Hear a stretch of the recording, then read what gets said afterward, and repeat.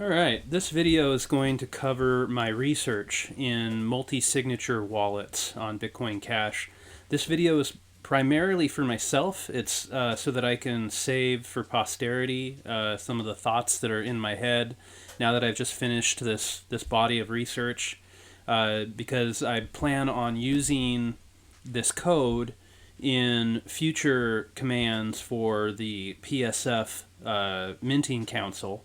That's the first place it's going to get used, but I have a feeling it's going to get used in other locations. So I wanted to use this opportunity to walk through some of the commands I've created and the code behind them, and so that I can watch this video later when I'm trying, months from now, when I forget all this stuff, to refresh my memory as to like how some of these pieces fit together, because there's a lot of moving pieces. Multisig wallets are much more complex than a normal wallet. Cryptocurrency wallet. So, just at a high level, the topics I'm going to cover, one of the things that's novel in the research that I've been doing is using NFTs as homing beacons. So these multisig wallets, they're created from people who are in possession of a specific NFT. I'll cover that in more details as I go. And like I said, this is practice for creating minting council multisig wallets. So the code for the JavaScript programmers who want to follow along is in the psf-bch-wallet, which is one of the pinned repositories for the Permissionless Software Foundation on GitHub. And it's in a branch called multisig. And I'm not going to merge this branch. This branch is just going to live on its own, because I don't think I'm going to do any more work in this branch. I'm going to take what I've learned from this and create other branches for my work with the governance of PSF and the Minting Council. But I've created these, 6 commands, and they all start with the word multisig. And let me just walk through the high-level workflow. So the collect keys, it will get the address for every holder of an NFT. So how this works is it's able to use the PSF SLP indexer to look up the address. Actually what it does is it queries the group token that created the NFTs, and from that it's able to get an array of token IDs for each NFT that exists that was created by that group token. Then it looks up the address of each person holding each of those NFTs. And then finally, it looks up the public key on the blockchain for that address. And that allows me to, with that public key, I'm able to add that person to the multisig wallet. And I'm also able to send that person encrypted messages, which is handy because I'll need to send them an unsigned copy of the transaction for them to sign, and it's better if I do that discreetly with an end-to-end encrypted message. So once that command collects those public keys, I am then able to create a pay-to-script hash multisig wallet. So there's 2 types of multisig wallets in Bitcoin. There's P2MS transactions, which is the old school way of doing multisig that almost nobody does anymore. And then there's creating multisigs through script, through the programming capabilities of Bitcoin. And that's the much more common way of generating a multisig wallet these days. And so this uses that pay-to-script hash method. And just in default, it however many NFTs there are, or however many keys it's able to retrieve, essentially, from the blockchain, public keys, the multisig is 50% plus 1. So if it's 3 people, it'll be a 2 of 3, because 50% would be 1.5. It rounds down to 1, and then it adds 1, so it's 2. So 2 of 3. If it's 6 people, it would be 3 plus 1, so it would be 4 of 6.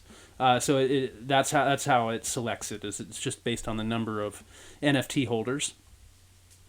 Then once the wallet's created, I'm able to create a transaction, and right now for this experiment, it's just trying to spend 1,000 Satoshis from the wallet and from the multisig wallet. But that's where the creative stuff in the future will come from. It's doing things like issuing an op return to shut down an application, or minting new SLP tokens with a minting baton that's held in the multisig wallet.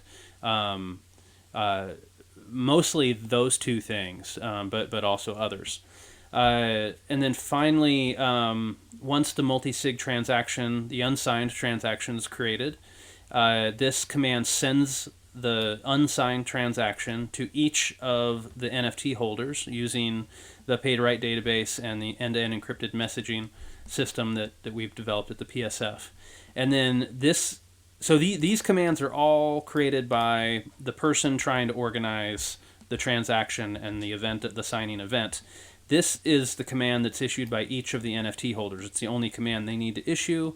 It takes an end-to-end encrypted message that they've received that contains the unsigned transaction. It signs their input and sends the signature back to the originator. And then once enough people have done that for the transaction to pass, then the multisig, the issuer or the originator issues his final command of finish, which collects the signatures, signs the transaction, and broadcasts the transaction. So for the rest of this video, what I'm going to do is go through each of these commands and get a little deeper and talk about the code and some of the concepts that go into the code at a lower level. So this is the end of sort of the high level overview, and now I'm going to go into the more low level stuff. Okay, so here I'm in with the psf-bch-wallet, and I've got, 5 wallets set up. So this NFT baton wallet is what I use to generate the NFT and send it to Alice, Bob, Chad, and Sam. And this is going to be the wallet that I use to initiate the activity. So in using the model of the PSF, this person who's initiating the transaction, they don't actually need to be a member of the minting council. Alice, Bob, Chad, and Sam would make up the minting council in this example. So this would be more of like a management wallet. So not necessarily a member of the council or the multisig wallet, but the person trying to get stuff done by creating the transaction and sort of goading these other multisig wallet key holders to sign the transaction. So I created an NFT, and let's just check Alice's wallet, for example.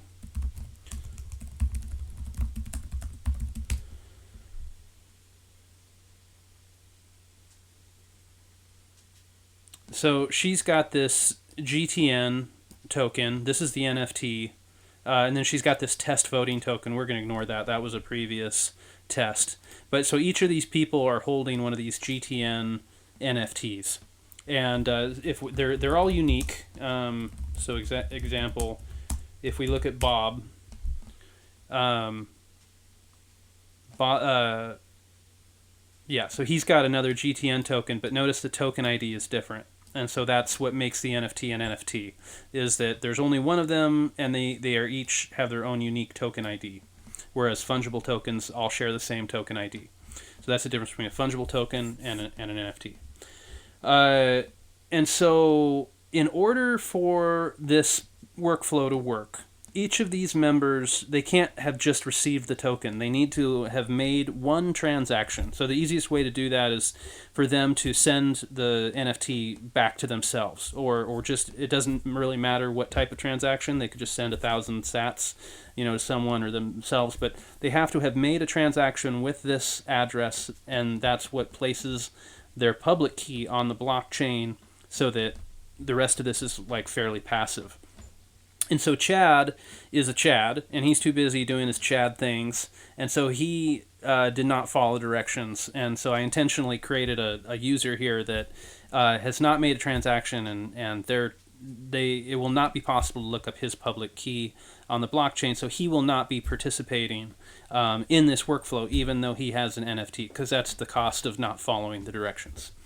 So a little caveat there to look out for.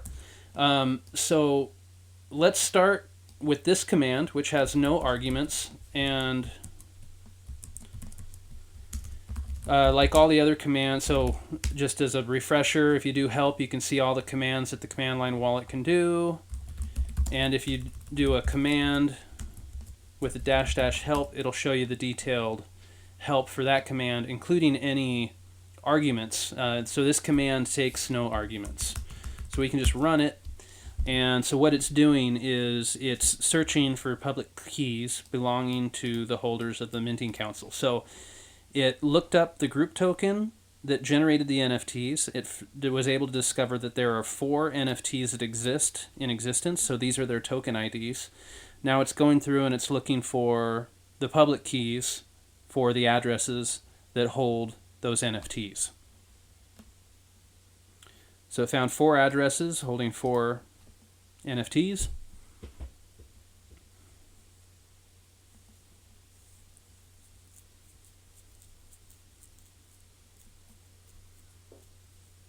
It's going through each one looking for a public key.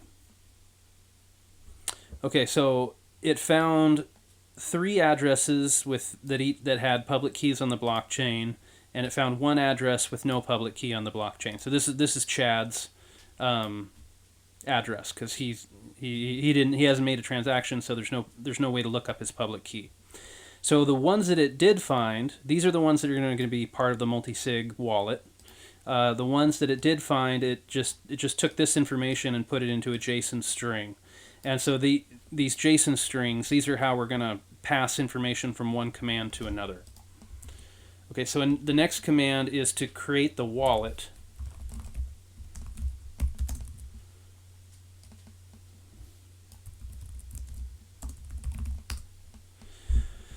So this has 1 argument, which is P, which is the key pairs, the JSON string for the key pairs. And we're going to need this in other commands, so we're going to just mentally note that. So it just created the multisig wallet, and this is what the wallet looks like. It's an object. This is its address, and notice it starts with a P rather than a Q. Each of these people's addresses start with a Q because it's a pay to pub key hash type address. This is a pay to script hash address, so it starts with the letter P. Interesting little factoid. This is the script hex that'll be needed to spend. These are the public keys that make up the multisig, and the required signers is 2. So it's a 2 of 3 multisig. So 2 of these 3 public keys need to sign a transaction in order, or the private keys behind those public keys need to sign a transaction in order for the transaction to be valid. And so here is that wallet object just stringified into JSON. So now we can create a transaction, and if I go into the code a little bit, this is the command that really will be customized for different use cases. So if we skip down to this create multisig transaction command, it's taking the wallet object, it's looking up the UTXOs in the wallet, which I've already sent some BCH to this address because I've created this wallet in the past. In fact, if we go to Blockchair, let's just look and see how much Bitcoin Cash is in that multisig wallet. Okay, so we've got a little less than 10 cents in that wallet. And total received balance, balance. And so we're going to send 1,000 Satoshis, which is less than a penny, so we shouldn't have a problem with that. And so we're going to get the UTXOs, find the biggest UTXO, and spend from that biggest UTXO 1,000 Satoshis. We're going to pay 3 sats per byte, and this is a little bigger, like the 1 would be the default or the normal amount, so we're paying 3 times the normal fee, just because I noticed when I tried 1 it didn't work. It did, like, all these fee calculations are a little iffy. They're not foolproof, so I don't think it calculated the amount, so I just went to 3 just so I wouldn't have a problem. And yeah, that's pretty much the parts of this command that would need to be customized for different use cases in the future. So if I go back to that command, create tx,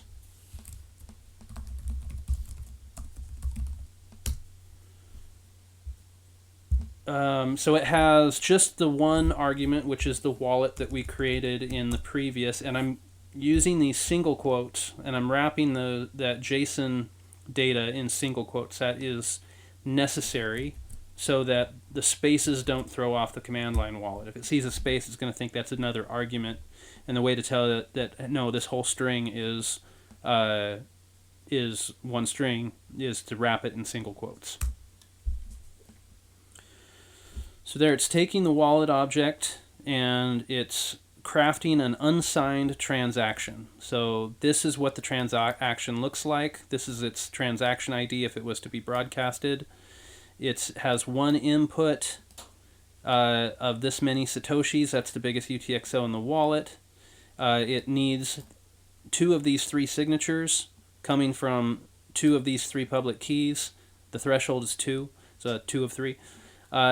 And so it's going to spend 1,000 Satoshis and then send the change back to itself. In fact, I think it's spending both of them to itself. And this is just that same object stringified as JSON. So we have our unsigned transaction. We're ready to send it to the holders of the NFTs for each of them to sign their input and send it back to us. So multisig send transaction. Let's look at this command.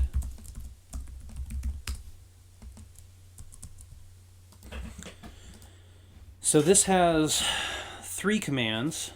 We're going to use the NFT baton wallet that I showed earlier, because this is basically the actor that's coordinating everything. Address pairs. These are, and I'm going to do a single quote. These are the very first command that collected the address pairs. That's the wallet object. Address key pairs. This is that first command we ran, the wallet collect keys command. I'm going to copy, paste, add another single quote. So that's the P argument, and then T is the transaction generated by the multi. So that's another. So I'm going to do the single quote, and then this is that transaction object, that unsigned transaction that we're trying to get each of them to sign. Close the single quote, hit enter to execute. So this is going to, so there were 3 people. Chad, we ignored him because he didn't follow the rules. So there's Alice, Bob, and Sam. So what this is doing is it's using the message send command, which if we look at the commands in psf-bch-wallet, there's message check, read, send, and sign. These 3 are used to send end-to-end encrypted messages to a Bitcoin Cash address. So you send it with the send command, and that's essentially what this command is simulating. Then on Alice, Bob, and Sam's end, they'll use the message check command to check for new messages. So how this would work is the person in the PSF management who initiates these transactions, they would probably off-chain send a message to each of the members of the minting council, or maybe use a Twitter feed or something, but just tell them, hey, you need to remember to check for messages. I just sent out the transaction. I need to send it back to me. And then they would each use this message read command. If they wanted to actually read it, they don't actually need to use that in the workflow, but I will show that. Okay, so getting back to these multisig commands. And this is going to take a minute because it's issuing a series of commands of both creating transactions and writing data to the pay-to-write database, and then creating more transactions, and then doing that whole thing once for each person. So we'll give this a minute to finish. Okay, so we just sent the transaction to each of the participants. I'm just looking at the output here, seeing if there's anything I want to compliment or comment on. You can see this is the encrypted message that got sent to one of them, probably Sam. And yeah, basically, so again, we have wallet list. We have Alice, Bob, Chad, and Sam. if Alice goes to her, runs that message check command, then it'll pull up all the end-to-end encrypted messages, or the last few encrypted messages that have been sent to Alice. So this most recent one should be right on top. And because I've done this multiple times, there's multiple copies. So I would edit that in that command. What is that? Send tx. If I do a search for this subject, that would be a good thing to customize. But I didn't, since I'm just running the script over and over again. So she's got this message here, and if she goes message read, then she can actually look at the contents of the message. In this case, it's just that stringified transaction object. So this is just what we had before. So it just centered that. So Alice, as well as Bob and Sam, are going to run this sign command. So there's no details in here. I could have sent them another end-to-end encrypted message saying, yeah, here's what that transaction does, and da-da-da-da. Here's why you should sign it. But they're going to run this multisig sign command.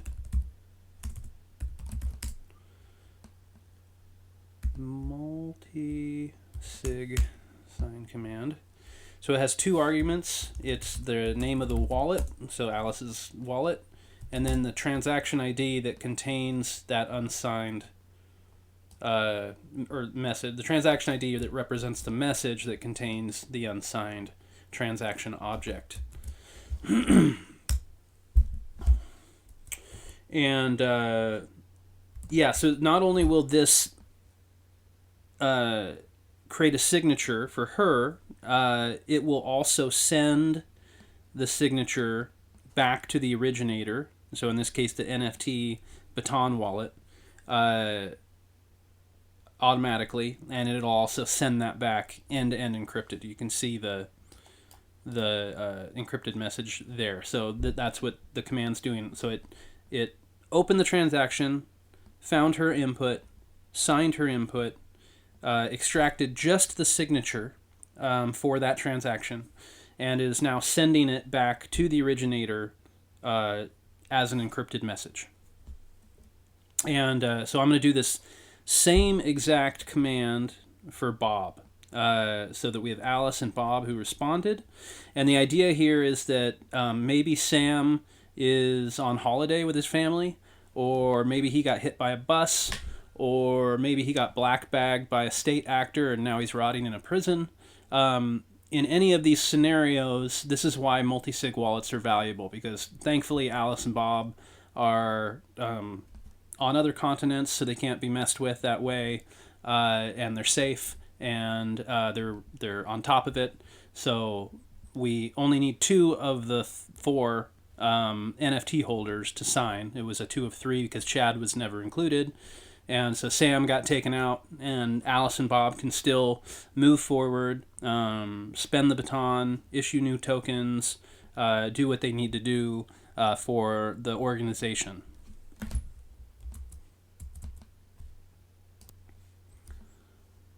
Okay, so Alice and Bob have both responded to the transaction by signing their inputs. Sam's missing in action. If I do the message check command for the NFT Baton wallet,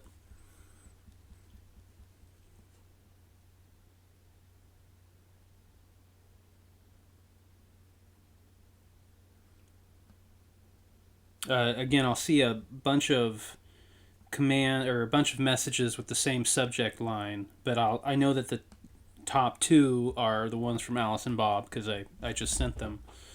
So we're going to use these 2 messages. And again, if I just do message read, I can see I can check the internal content of the message, the encrypted part, and that's going to be a signature object.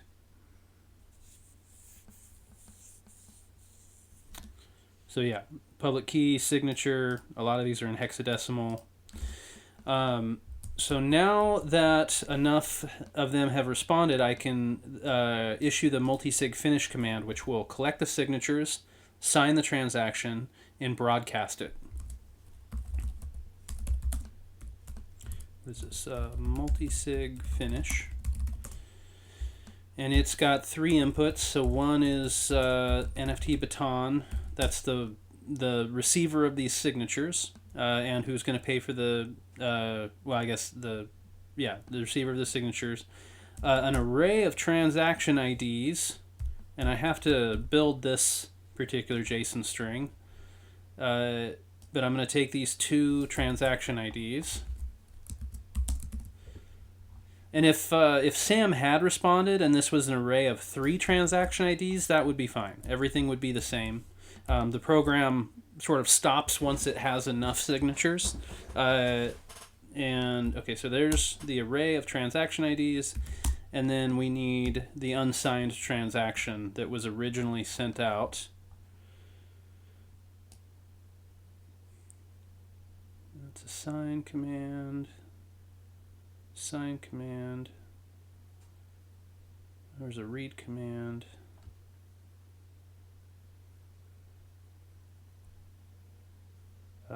Send transaction.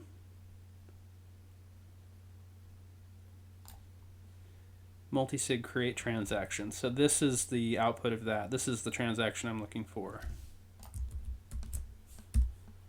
So let's see. Yep, I got the single quotes. Okay, so this is going to finalize the transaction and broadcast it. So it's retrieving those encrypted signed messages the same way that message read does. It's turning those strings into objects, and then taking that unsigned transaction, finding the inputs, signing them, and then once you have enough signatures to make the transaction valid, it broadcasts it, which it just did, and we can look at it on the Block Explorer. So we can see the wallet had about 10 cents in it, and it spent 1,000 sats, and then sent the change back to itself. And so pretty simple transaction. And it's all done. So so again, like in this example, we only sent 1,000 sats, but that transaction could represent many things. It could be a minting of new SLP tokens. It could be a shutdown command for an application. Those are the 2 main ones. It could be the issuance of a new NFT, all sorts of things.